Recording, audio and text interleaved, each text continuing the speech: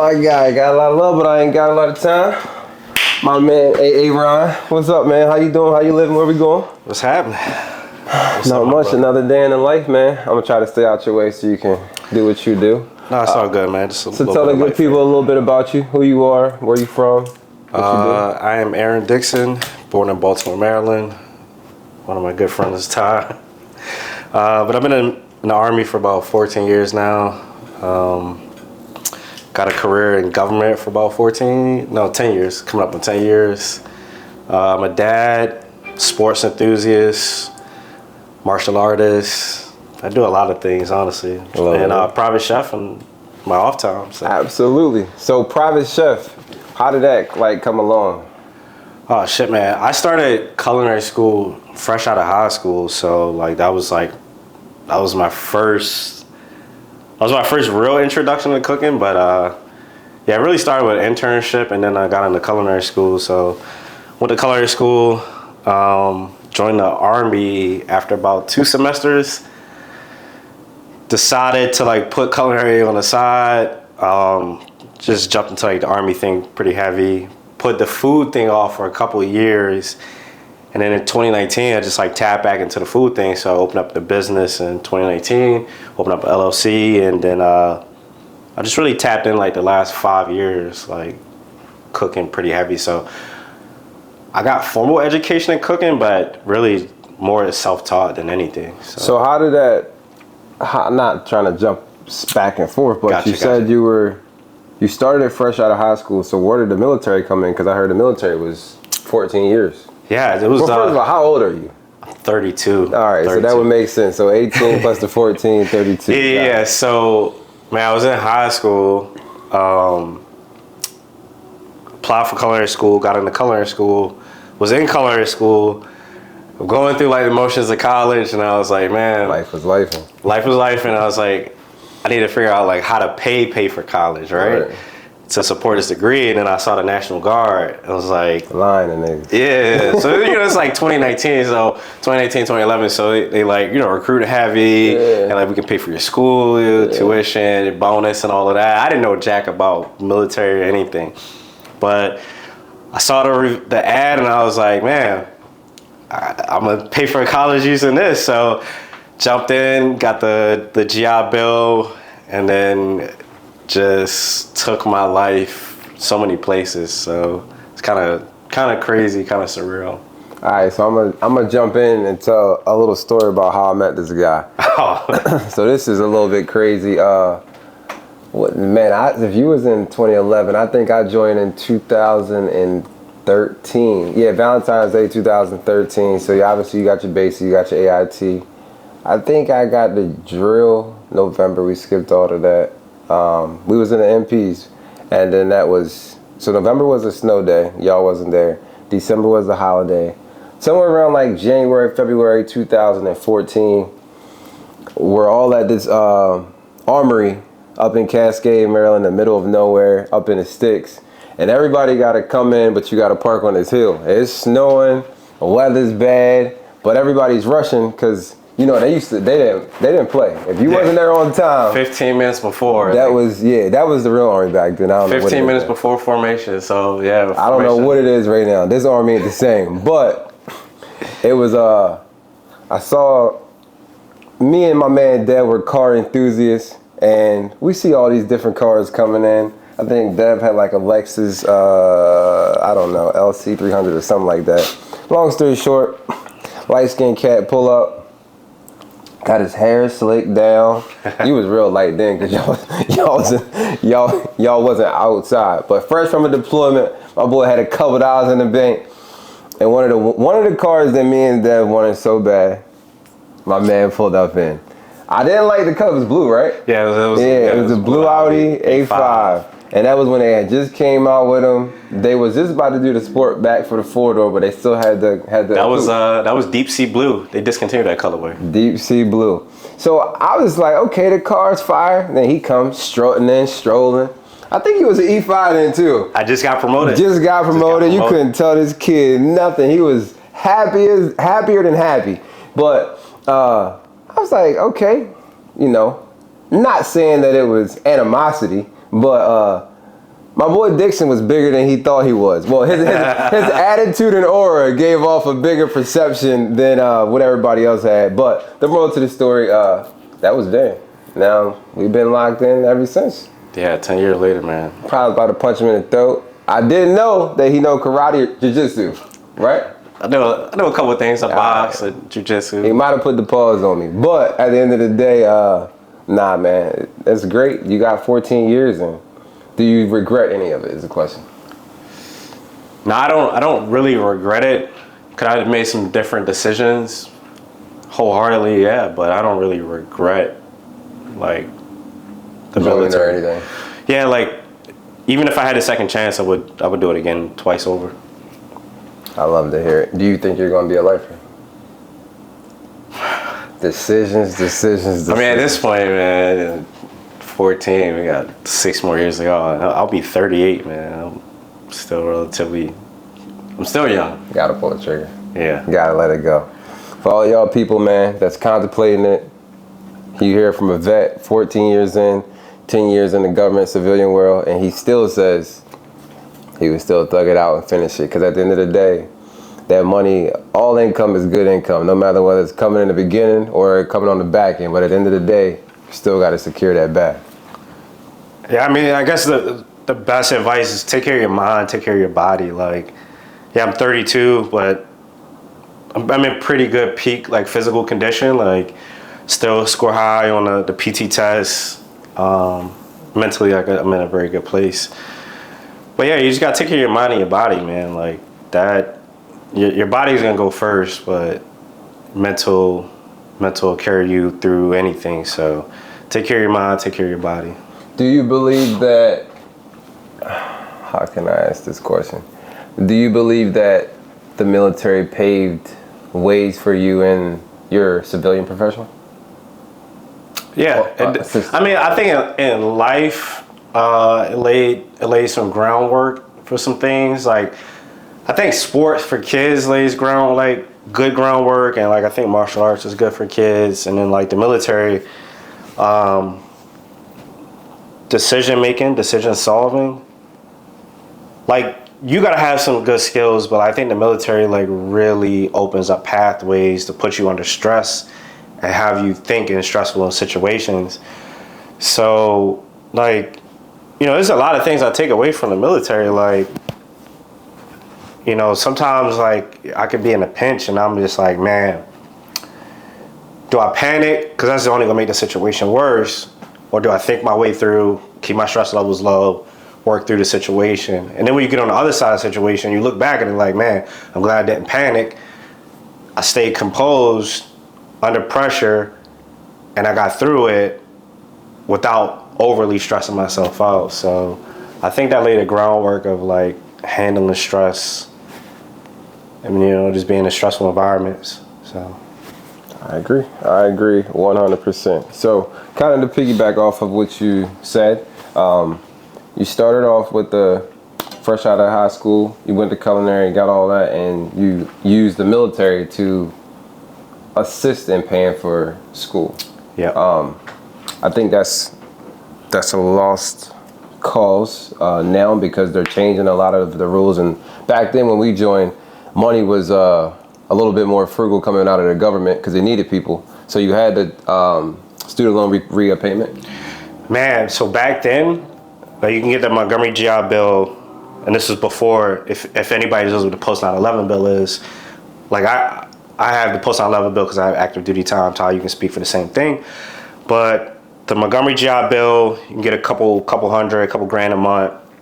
You get that, you get a Pell Grant. You apply for FAFSA. Tuition assistance. You know, and then you get the tuition assistance, which would take your credit hours from like, so the class would be like 750. It would take it from like 750 like 250, yeah. And then you get the Pell Grant with the FAFSA on top of the Montgomery GI Bill. I mean, you were profiting money. Like, if you worked the system back then, you were making money. If you were just smart enough to see the play. So, yeah, you could kind of still do that, but you know, it's based on your finances. 100% based on your finance, based on your time, based on who gives you the game, based on what recruiter or does or doesn't put into your contract. The student loan repayment is a little iffy, solely because it's only 10% on the principal. Yes. And it's actually not told to you that you can get it for multiple contracts. So I just learned this maybe a year ago, maybe 6 months ago, something along those lines, depending on when you're actually watching this. But the first contract was for 6 years, $20,000. I mean, up to $50,000 in student loan repayment. So hypothetically, that's 10% per year. But your first year don't count, so it's really only 10% for the first 5. So usually after your first contract, people get out or they extend because they think they're going to get a bonus, but they don't understand that as long as we file this document, and you can send me a message and I'll tell you what that is later on, but as long as you file a document, you can get that student loan repayment rollover. So it actually can fall into your second contract.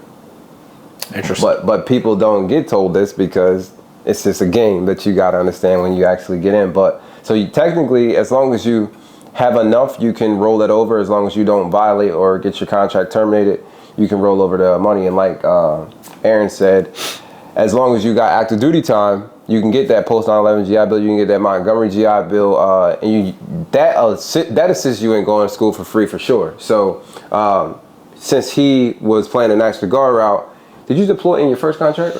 Yeah. So I deployed my first contract in 2013. So all you needed was 6 months of active duty time, 1 year in the deployment or whatever to get your bill when you get out. But the moral to the story, he could have came home and went to school 100% free.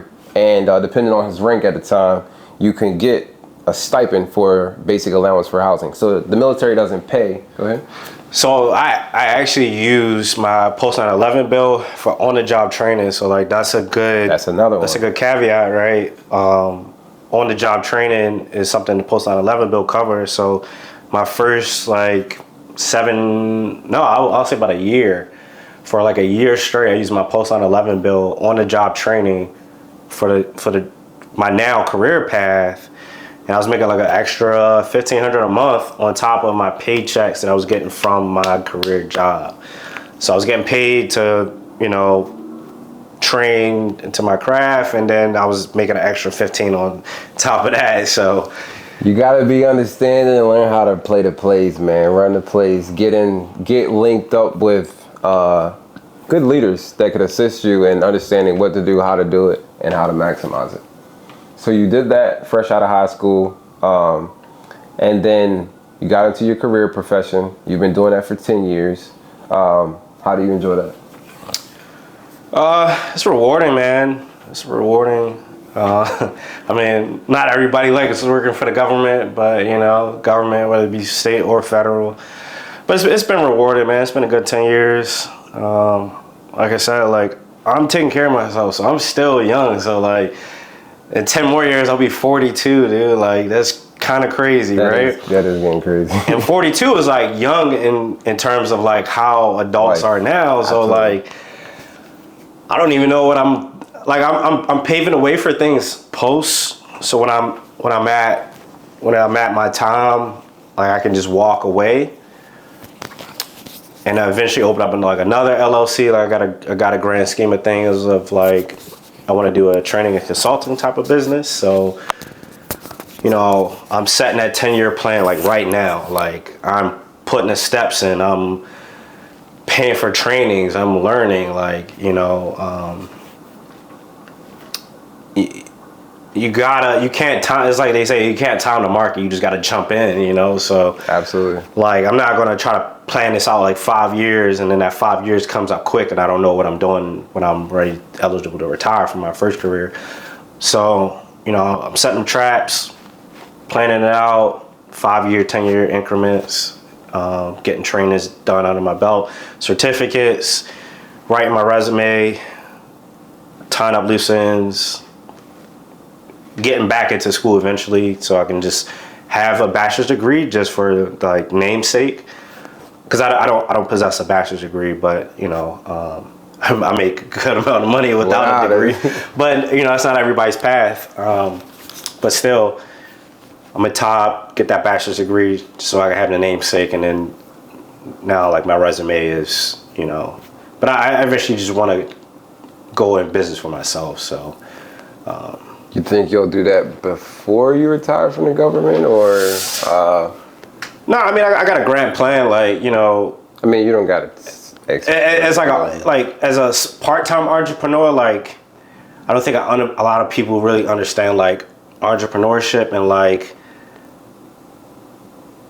you jump into entrepreneurship, like you jumping into like the ocean.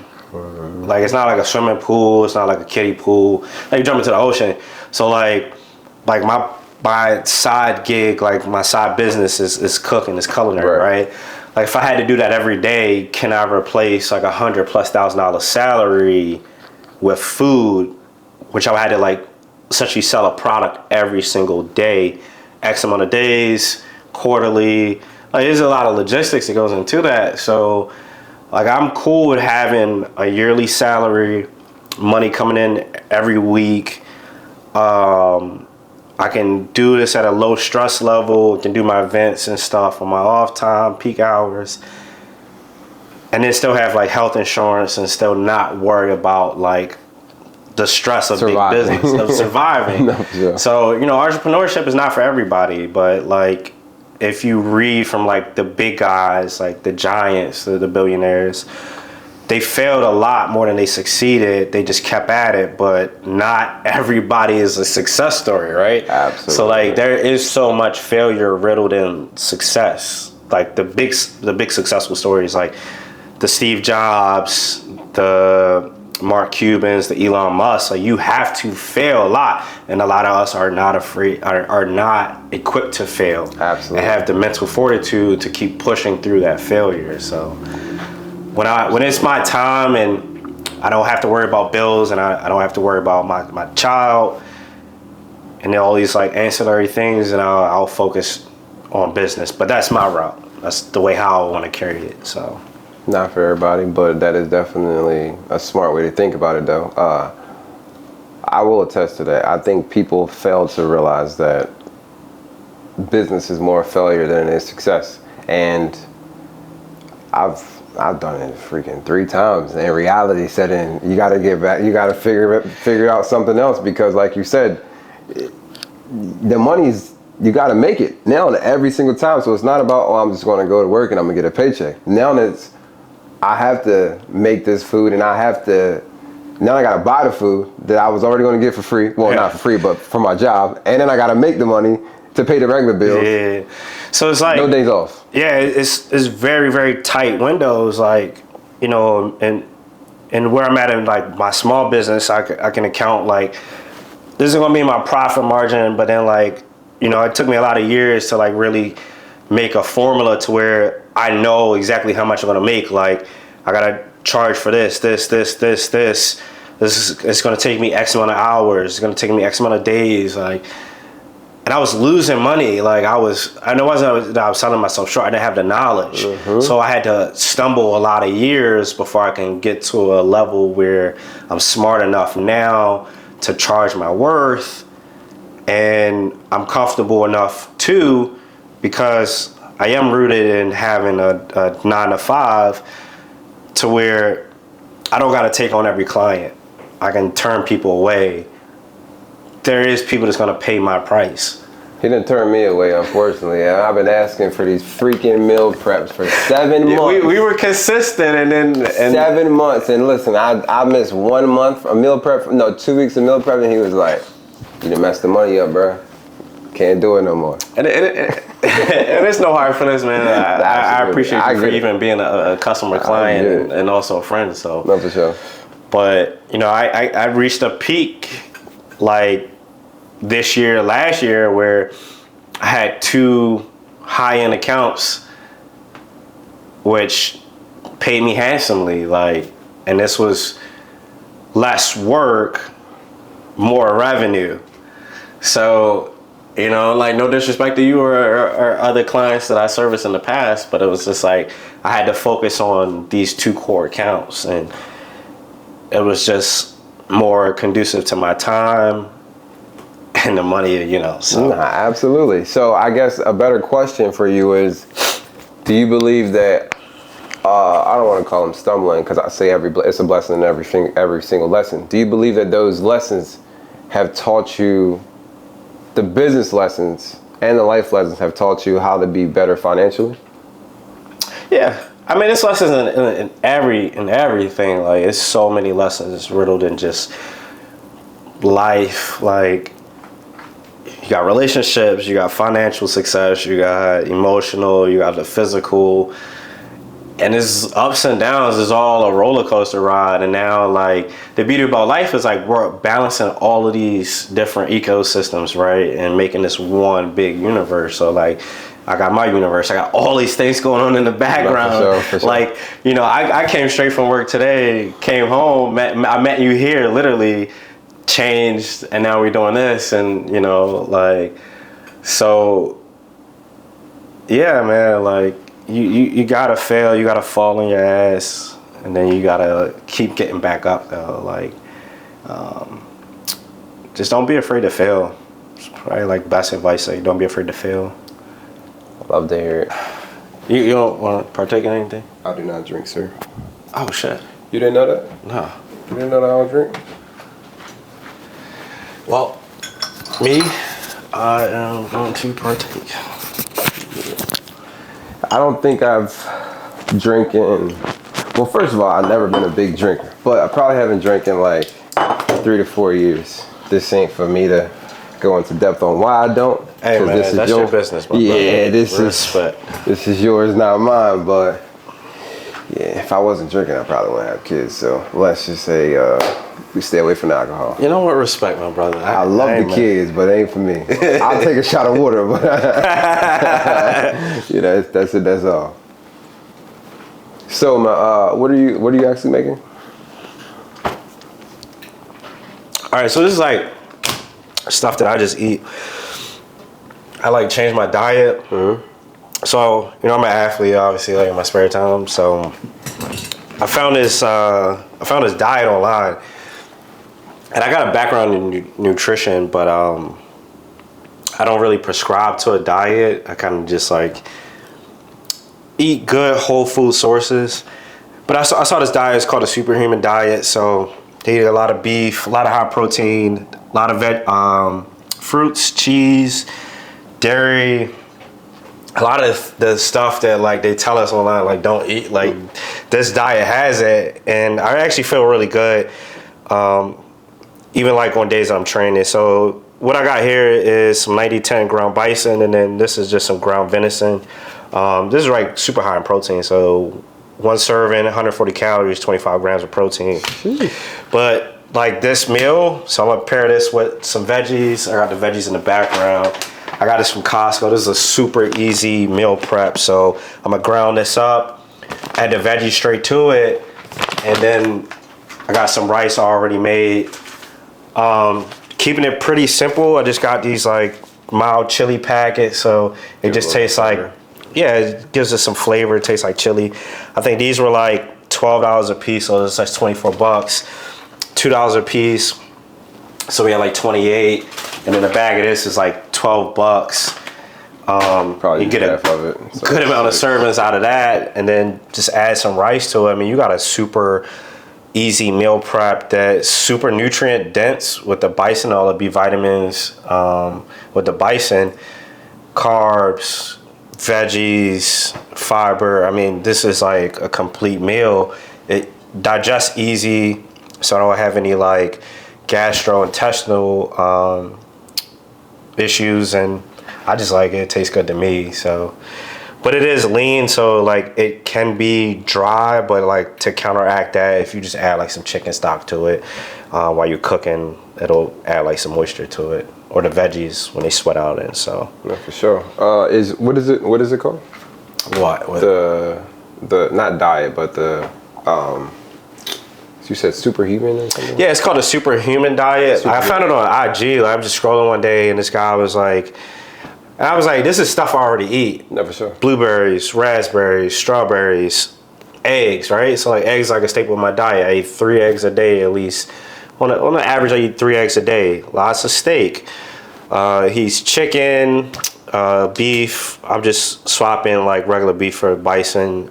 it's a lot leaner, and then I got the ground venison. Sometimes I eat ground up bison, liver, and hearts. But so you got dairy, you got fruits, beef, veggies, chicken. But it's just a clean diet, man. It's not how many meals do you usually get out of that? So I mean, like one packet alone would have been like 4 meals, so you can get 8 out of this. If I wanted the extra protein, I would just cut it down to 6, and then just do the quick math of like how many ounces. So, but so the serving size is 4 ounces. I usually eat 4 or 6 ounces. It just depends. No, for sure. I don't have any competitions or anything coming up right now, so I'm just eating to sustain myself, getting through the work week. But I just did the Army 10 miler, so that was pretty cool. So basically, that's $40 meal. That's going to get you 8. $40 is going to get you a good 6 to 8. I mean, you're a grown man. Most people don't eat as much. I know I don't. So I can eat like 2 of these a day, but I made some chicken noodle soup last night. I mean, it's just that time of year, and I was craving some chicken noodle soup. So I made some chicken noodle soup last night. Super nutrient dense. I added some turmeric to it. Bone broth, turmeric, some pepper, onions, celery, carrots, and shredded up a chicken. So, I mean, that's pretty good protein meal, but it's also like nutrient dense. So that bone broth is gonna add added protein. So like that'll be my other meal, right? So if I'm eating like 3 meals a day, I can eat 2 of these, or I can eat 2 of the chicken noodle soup. So too easy. So what are you? You said you don't have any specific trainings right now. I mean, fights right now. Competitions. Competitions. Let's get the right verb. Yeah, competition. Other competitions right now. What are you competing in? So I do Brazilian Jiu-Jitsu. I'm a blue belt in Brazilian Jiu-Jitsu. So this year was a really transformative year for me, right? Mm-hmm. I went through some like personal stuff last year. Gained a bunch of weight. I was like 200 plus. Right? You were definitely slimming right now. I wasn't gonna cut you off, but you definitely. Yeah. So I was like 200 plus, not comfortable, right? And I was like just going through the motions of life. I was just like living. Like I had no purpose. I love that. No pun intended, right? I had no purpose, right? So I was like going through the motions of life, kind of just like living, not much going on. December of last year, 2023, my jiu-jitsu coach, me and him got a tight personal relationship, and I consider him like a father figure. I don't really say that. I don't extend that invitation a lot, but I consider him like a father figure. But he reached out to me. He asked me, was I still training? Because I train under one of his affiliate gyms, and now I just train under him. But he asked me, was I training? I told him I wasn't. Well, he told me, commit 1 day a week. I said, I can do that. 1 day a week. Like, what is 1 day a week, right? Sure. And 1 day turned into 2, turned into 3, turned into 4. So I started accumulating training time. But then I started committing myself to like, all right, well, if I can commit to the gym 1, 2, 3 days a week, then I fell in love with the Peloton, and then we extended that relationship as well. So I started getting on the Peloton. So I started riding the bike. Burning more calories. Started losing weight. So I went from like 205. I usually compete at like middle heavy is what we call it. So it's like a 190 pound bracket, anywhere from like 190 to 195 pounds. So I got down below 190 pounds. So like that was my goal. So then I hit that goal and got down to like 185 pounds. Started getting back in the competition. My first competition had so much anxiety back in the sport. I think I like shit it like 4 times a day before the competition, right? And it's like a little known fact. It's all good. Which I've competed before, but like I don't even know what it was. But the anxiety was kicking my ass that day. I got to the competition. I took a gold, a silver, and a bronze. Destroying them. Yeah, man. So I took 3 medals that day: a gold, a bronze, a silver. And I was like, now I got to compound on this. So we call it a regional competition. So I did like a small competition. Now I was doing a bigger competition on like a regional level. So joined the regional one. It was in Virginia. So I go down to Fredericksburg, Virginia, go compete my age bracket, weight bracket. That competition really sparked a fire in me, right? I left the weekend, I won gold in both divisions. Both the adult divisions was Saturday and Sunday, right? In my respective weight division, age division. But that showed me something, right? Mental fortitude, man. Never quit attitude. And so I'm on the way down to the competition. I'm driving. It's a 2-hour drive from here to Fredericksburg. Right. And I'm like listening to like motivational quotes.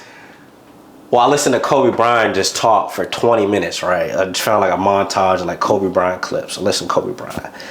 And one quote stuck out to me from Kobe Bryant. He said, "Don't rest in the middle, rest at the end." Love it. That quote stuck with me, right? So fast forward, I'm in a competition. I'm fighting one of the fights. But I told myself this literally every fight. When I'm in the middle of the fight and I'm in my head and I'm having this monologue in my head, and during the monologue in my head, I literally say, "Don't rest in the middle, rest at the end." And this sport is a one-on-one individual sport. You're fighting a person on the mat. But sometimes, like, you play sports or anything that is mentally hard, physically demanding, you want to just rest. 100%. You're tired. You tired, right? And you want to like conserve energy, or it just feels good. Easier. It's the easy way out. But that's not a championship mentality. That's not how champions are bred. So I can hear this monologue in my head I'm having with myself mid-match. The Black Mamba. The Black Mamba. And I literally tapped into it, and as physically tired as I was, I didn't rest in that middle when I'm in the middle of the match, and both of y'all tired. We both tired, and it's just okay to rest and like catch your breath for a second. I kept going, and the ultimate result was I won gold. Not one time, 2 times. Now, like, there's a backstory to this story too. Like, I had worked that weekend and physically demanding stuff that I did with my job, and like, but I still showed up mentally prepared, ready each day, and you know, so it took that. So you won gold 2 times. Well, you won gold back to back, and then you signed up for the. I signed for the world competition after that. I mean, I was like in Vegas. In Vegas. And you just did that. Yeah, I did that in August. Last week in August, Presidential Day weekend. Yeah. So yeah, I was feeling good, man. I was like, I'm gonna test my skills. You know, I'm on this run. I'm losing weight. I'm in the gym. I'm working out. Mentally, I feel the best. So I was like, why not? You know, push myself to fight the best. So I signed up. I went out to Vegas. I didn't get the result I wanted, but I think the most important part about what I learned in Vegas was I didn't quit on myself. That quote had came back to me in the middle of the match. I only lost by 2 points. I didn't like beat the shit out of me, didn't strangle me, choke me.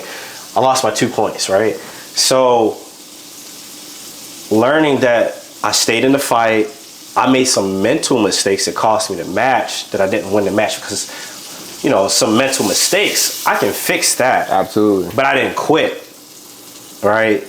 My cardio was up, everything was good, I warmed up, I felt good. I had some anxiety, but it wasn't bad because the mental preparation leading up to it, everything was there. I did the work. Now I had to perform. That was my next question. So I performed. I just made some small micro adjustment mistakes. That happened regardless of anything. They happen regardless of anything, but I can fix that. Like, that's ABC stuff. It wasn't that I was making leaps and bounds of mistakes. You know, I never quit on myself. I stayed in the pocket. I stayed in the fight. And, you know, I guess you can go back and attribute that to, you know, things we learned in the military. the never quit mentality, always staying within the fight, it all correlates. It all overlaps. So, you know, I never felt like I was out of it. So, you know, I lost. I stomached the loss. It wasn't the best feeling, but, you know, losing is never like a good feeling. So. Absolutely, but it's a part of the game because you learn something along that line too. I'm not sure what it is because I wasn't there with you, but you learn something during that same, you know, loss or win or whatever happened. The whole situation. But that's just a part of the game. So basically, you've learned a lot from the Brazilian Jiu-Jitsu. Yep. Tagged along with the military, right? And your government profession. So I guess a better question would be, since you have a son, let's just put it towards him. If you could tell your son anything that could assist him into becoming the best man that he can be, what do you think that would be? Oh man, that's a good question. I think I'll take this back, right? So my dad presented me with a book when I was about a teenager, right? Sometime in my teenage years. My dad presented me with a book called As a Man Thinketh. So I've read this book several times in my life, and every couple of years I read it as I get older because I get a new perspective on the book. But I think a lot of life is really just 10% of what happens and 90% of how you respond to it, right? So, you know, no matter what happens in your life, your energy and how you respond to it is going to be bigger than what the situation is. And if I could just hammer that home to him, because it's not going to make sense initially. It didn't make sense to me when my dad first told me in my teen years, my adolescent years. But life really is like, you know, you're going to get hit with some curveballs. Like, life is not a utopia. Like, it's not a straightforward path. It's a lot of winding roads, curves. But how you respond and the energy in which you respond to the situation matters more than always what happened to you. So that's the best piece of advice I can give to him. I can prep him for the world all I want, but he has to go through things himself as his own man. You know, I can only prepare him so much. I can guide him. I can hold his hand up until a certain point to where he has to touch the fire himself. He has to fall himself. Like, I had to fall as a man a lot of times before I got a rhythm of, like, you know, and I consider myself in a good space in life. So I had to fall enough times to where I got to this space to be comfortable to understand these life lessons. So another great question. I don't mean to cut you off, but I gotta ask you so I don't forget. Okay. Is your mom and dad married? Yeah, they're still married. They've been married 32 years. I'm 32. Cool. Too easy. So this is a great question for you. All right. Single parent dad. How can I say this to make sense? Okay. Send it. Do you believe that you can still raise a son to be an amazing man coming out of a single parent situation compared to, well, I don't want to say single parent, but a separated situation compared to you growing up in a so like 2-family household? I guess a lot of us saw the Cam Newton podcast where he talked to the doctor. Absolutely. Let's just say she's a psychiatrist. What I've come to learn, what I've come to understand is it's not what you give to your kids physically, it's showing up for them, right? So to answer your question, yes, you can do it, because if both parents are physically, emotionally, mentally showing up for the child, I think that's a conducive environment to guide them in the right direction. There's external influences on children and on people in life, But showing up is half the battle. Like, and it accounts for more than we really think. Like, a lot of people tend to shower their kids in gifts, but they don't show up mentally and emotionally for their kids, right? So showing up for your kid, how does showing up look like? Okay, physical sense. Like, we start with the physical sense. I share custody with my child's mother, with our child in common. So me showing up is like, that matters. 100%. That matters. And then, like, I take him to the gym with me. Like, I take him to the park with me. We do things together. Like, I get out there physically. I play baseball with him. We hit the ball together. We throw the ball. We do things together. So now he has that. I'm sorry with the word. The bond, the bond, but like, he sees it, right? So he sees it. So he has a frame of reference. Absolutely. So, like, you know, I take him to the gym with me, like, and he doesn't know the sport, but he runs around, but he sees me working hard. He sees me getting to it.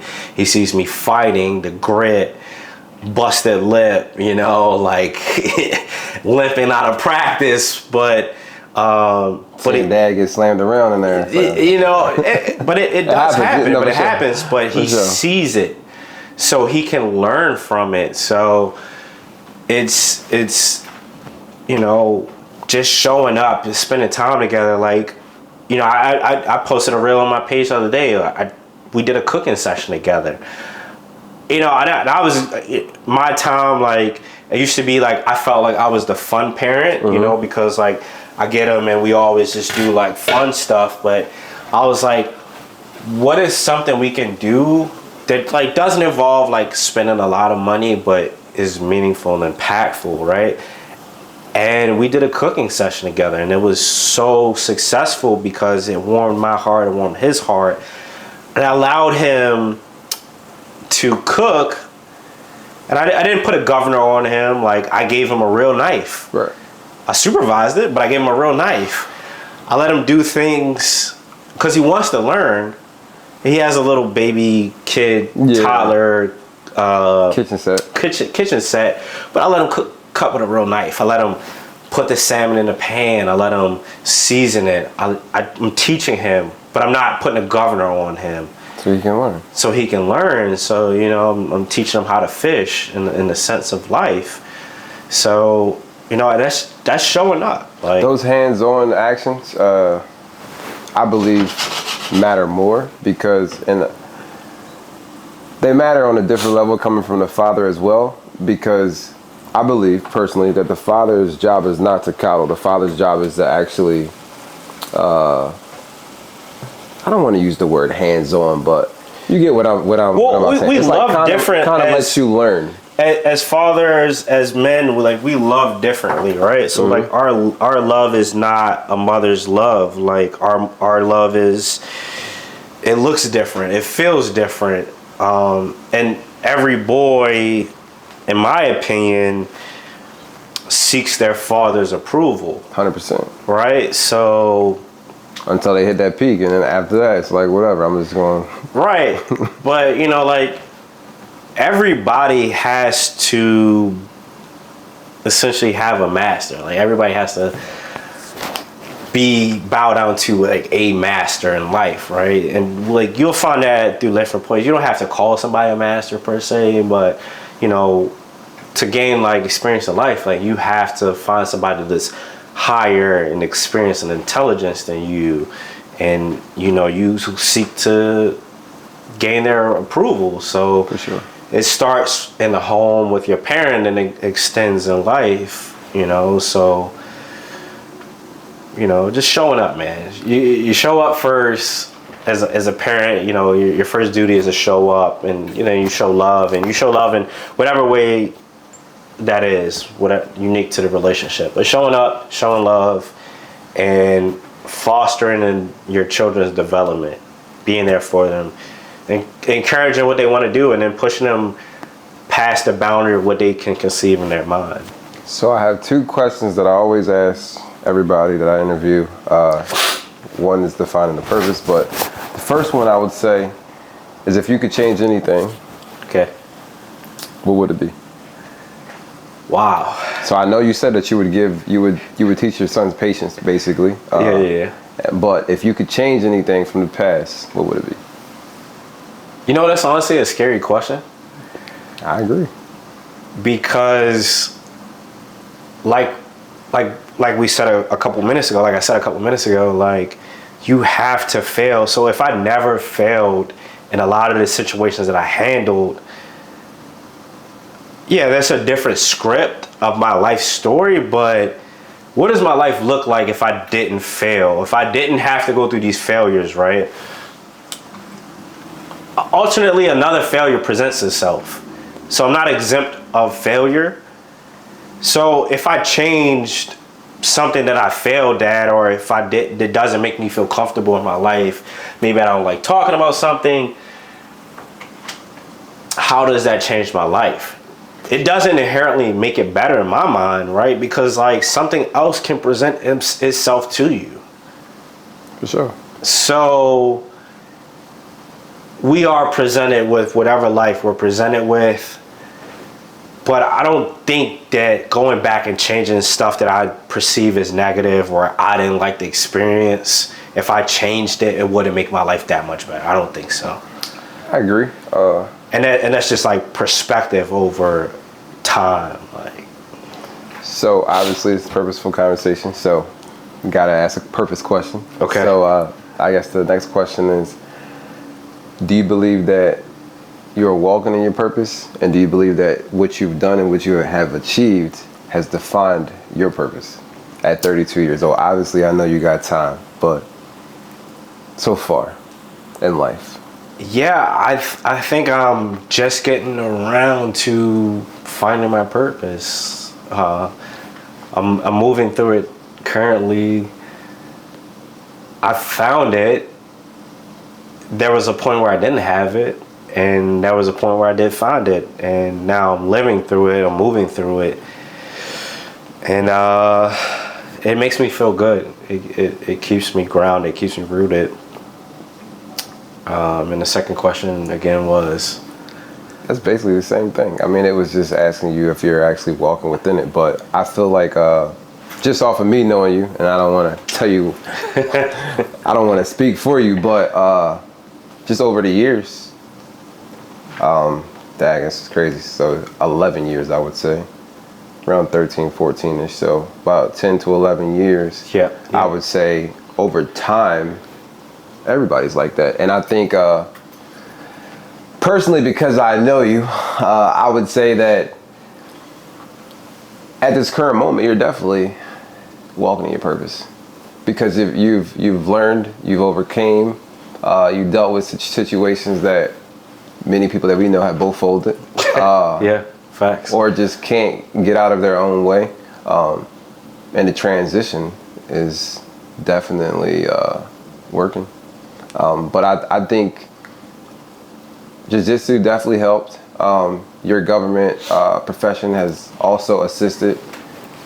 Baby Boy is definitely giving you peace in a lot of situations, but also it's taught you a lot of lessons that have bettered you as a man. You know what I'm saying? You by far one of the most calm people that I've met. Cause I don't got that patience for none of that shit. I'm giving you life lessons, right? Absolutely. And it wasn't it might not have felt like the best life lesson because it was short and to the point. But when we followed up on the conversation, you was like, I see what you meant. 100%. Even the meal prepping, you don't know this, and I like to give flowers while we're still here because we never know when we're not. But when you used to bring me the freaking meal prep, like our little quick conversations, this is before the babies. Yeah. You know what I mean? I was young, wild, and free. But the conversations of you just, it was basically humbling. But I learned a lot. You know what I mean? And I appreciate it. I wish I listened, because I think that's one of my, I don't want to call them issues, but life lessons. You got to touch the fire yourself. Absolutely, and I'm one of them bold, big-headed people. Well, as men, like we all have to do. We got to touch the fire ourselves, because like Haven't had a mentor, you know, whatever factor, whichever way in life, like you can have a mentor, but you know, it's something about us men that we always have to touch the fire. We can have the best guidance, right? Like we can have 100%. The best people in our corner, but we gotta touch the fire. We did just something about us, right? That's how we grow up. But I think that's like testosterone, because like even little boys, like as bold as adventurous as little boys are, they gotta just do it, you know. So I'm learning that the hard way. And we still rooting that as men. Like we also want to pave our own destiny, our own path, but you know, it's okay to have a mentor. It's okay to listen to somebody else who has experienced it, who has more knowledge. And we're relatively close in age, but I went through some experiences before you. Way before. And I didn't give you any wacky advice. I didn't give you anything crazy, but I just told you had to experience it. And I try to give you the best sound advice that I can give you from my point of view. And then I feel like you're on the other side. You're almost on the other side. But I'm happy to see like the man that you were before, and like how you've been going through and where you're at now. So and that's all thanks to all of you good people.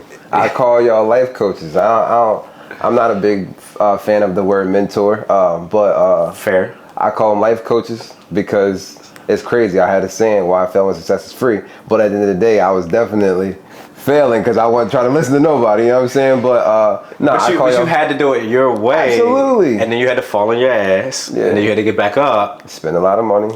and you had to get back up and you recover from it, Absolutely. Right? So that was the lesson. And now, you know, God willing, like you can coach somebody else, and like hopefully it's not a negative situation, but you just coach like young men. Like we in life we got to give back, right? Like that's what this is for. Acts of servitude, right? Like that's the key to life. So giving back, like I don't get anything from being a gatekeeper. I don't get anything from selling my knowledge of anything that I've learned in life. Like my greatest act, my give back is servitude, is giving back, is giving knowledge back, is giving so somebody doesn't have to fall how I fell. So that's part of my purpose. That's part of my identity, like in this new stage of life. I think that's crazy because we're both the same age, and we about to end it on that one because that's a great. Damn, I was out of the camera the whole time. That was a great segue because at the end of the day, man, this is exactly the reality. That's what I'm dealing with. I don't like people, clearly. If you know the Ty, if you know the real Ty, you know I don't fuck with people, I don't like people, but purposeful conversations, even writing a book is all about trying to get back to the people that need it, so I don't have to, so they don't have to deal with the same situation that we had to deal with. But as usual, man, be you, be true, let the universe do the rest, and I appreciate you, my guy. Now we gotta get some of this good food.